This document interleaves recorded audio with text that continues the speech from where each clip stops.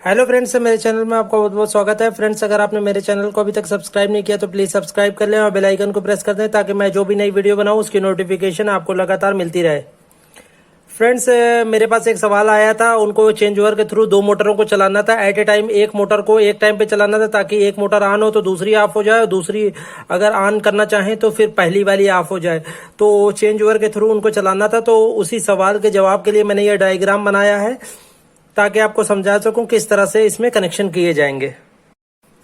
Friends, ये मेरा change over switch है। चेंज ओवर स्विच में देखिएगा 4 टर्मिनल ऊपर होते हैं, 4 टर्मिनल नीचे होते हैं। ये पहला है, दूसरा है, तीसरा है, चौथा है। ऐसे नीचे है, पहला है, दूसरा है, तीसरा है, चौथा है। तो ये जो पहला टर्मिनल है, ये नीचे वाले के पहले टर्मिनल से एक कॉपर स्ट्रिप द्वारा जुड़ा रहता है। इसको ध्यान दे लीजिएगा, कभी कभी कहीं और भी जुड़ा रहता है, लेकिन जो मेरा चेंज ओवर स्विच था जिसको मैंने अभी पहले डाला हुआ था मैनुअल चेंज ओवर स्विच में, उसमें देखिए पहला वाला जो टर्मिनल है नीचे कॉपर स्ट्रिप द्वारा जुड़ा हुआ है, इसको देख लीजिएगा। और फिर दूसरा वाला इसे ही ओपन है, तीसरा ओपन है, फिर चौथा वाला ऊपर और नीचे टर्मिनल आपस में कॉपर स्ट्रिप द्वारा जुड़ा हुआ है। ये लीवर है जिससे आप ऊपर करेंगे या नीचे करेंगे, चेंज ओवर करेंगे। जिससे ऊपर आप कर देंगे तो याली मोटर जुड़ जाएगी, नीचे कर देंगे तो इस मोटर से जुड़ जाएगी। तो ये चेंज ओवर है। इसमें चिमटे आकार के दो, यू आकार के दो लगे रहते हैं, 4 टर्मिनल लगे रहते हैं यू आकार के, जो कनेक्शन ऊपर और नीचे करते हैं। अभी मैं बताता हूं आगे। और ये मेरी मोटर है। पहले ये 4 टर्मिनल हो गए, पहला, दूसरा, तीसरा, चौथा, और नीचे हो गया पहला, दूसरा, तीसरा, चौथा। तो पहला वाला टर्मिनल ऊपर नीचे वाले पहले टर्मिनल से जुड़ा हुआ है।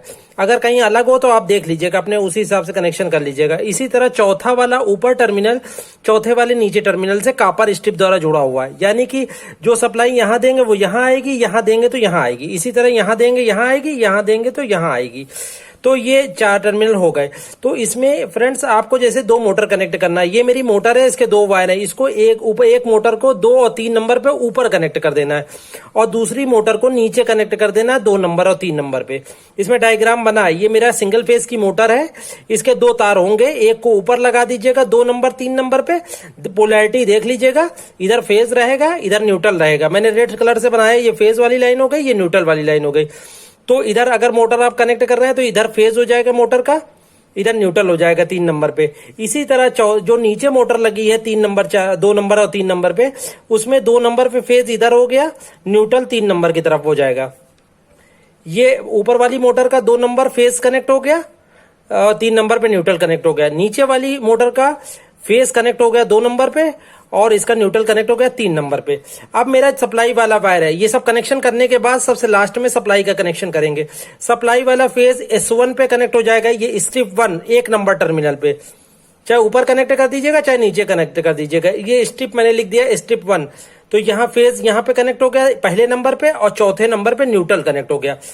अब जब हम सप्लाई ये इस लीवर को ऊपर कर देंगे तो ये फेज यहाँ 1 नंबर से आके 2 नंबर पे चला जाएगा और न्यूट्रल यहाँ 4 नंबर से 3 नंबर पे चला जाएगा। ये मोटर चलने लगेगी, इसका डिस्कनेक्ट हो जाएगा। अब जब हम इस लीवर को नीचे कर देंगे, ये लीवर को हम जब नीचे कर देंगे तो यहाँ पे फेज पहले नंबर से यहाँ दूसरे नंबर पे नीचे वाली मोटर पे आ जाएगा और न्यूट्रल 4 नंबर से 3 नंबर पे आ जाएगा। तो ये नीचे वाली मोटर ऑन हो जाएगी, ऊपर कट ऑफ हो जाएगी। तो ये एक कनेक्शन डायग्राम है। इस तरह से आप कनेक्शन कर लीजिएगा। एक बार और बता देते हैं। ये हमारा पहले नंबर पे फेज कनेक्ट है सप्लाई वाला, जो मेरा सिंगल फेज सप्लाई आ रही है, ये मैंने S1 पे कनेक्ट कर दिया है। जो सप्लाई का न्यूट्रल है ये S4 पे कनेक्ट कर दिया है 4 नंबर पे। और जो मोटर कनेक्ट की है वो ऊपर और 2 नंबर 3 नंबर पे लगी है और दूसरी वाली मोटर नीचे 2 नंबर और 3 नंबर पे लगी है। जब ऊपर करेंगे तो यहाँ S1 से सप्लाई 2 नंबर पे चली जाएगी, S4 से 3 नंबर पे चली जाएगी, ये मोटर ऑन हो जाएगी। जब इसको नीचे कर देंगे तो ऊपर वाला कनेक्शन कट जाएगा। यहाँ S1 से यह नीचे वाली मोटर के 2 नंबर पे सप्लाई आ जाएगी, न्यूट्रल फेज इधर से आ जाएगा, S1 से 2 नंबर पे आ जाएगा, न्यूट्रल जो है S4 से 3 नंबर पे आ जाएगा, नीचे वाली मोटर चलने लगेगी, ये ऊपर वाली कट हो जाएगी। तो इस तरह आप चेंज ओवर स्विच लगा के आप इसमें कनेक्शन कर सकते हैं। ये आपका कनेक्शन डायग्राम हो गया, ये देख लीजिएगा इस तरह से। फ्रेंड्स, एक चीज ध्यान रखिएगा, ये जरूर देख लीजिएगा ये कॉपर स्ट्रिप कहां पर जुड़ी हुई है। कॉपर स्ट्रिप 2 लगी रहती हैं, इधर लगी है इधर लगी है। तो आप देख लीजिएगा कॉपर स्ट्रिप पे ही फेज और न्यूट्रल देना। 2 कॉपर स्ट्रिप लगेंगे होंगी और बाकी जो 2 टर्मिनल बचेंगे ऊपर और 2 टर्मिनल बचेंगे नीचे, उसमें एक एक मोटर कनेक्ट करना है। दोनों तार पहली मोटर के ऊपर कर दीजिएगा, दूसरी मोटर के नीचे कर दीजिएगा। तो ये कनेक्शन डायग्राम हो गया। इस तरह से आप कर सकते हैं कनेक्शन।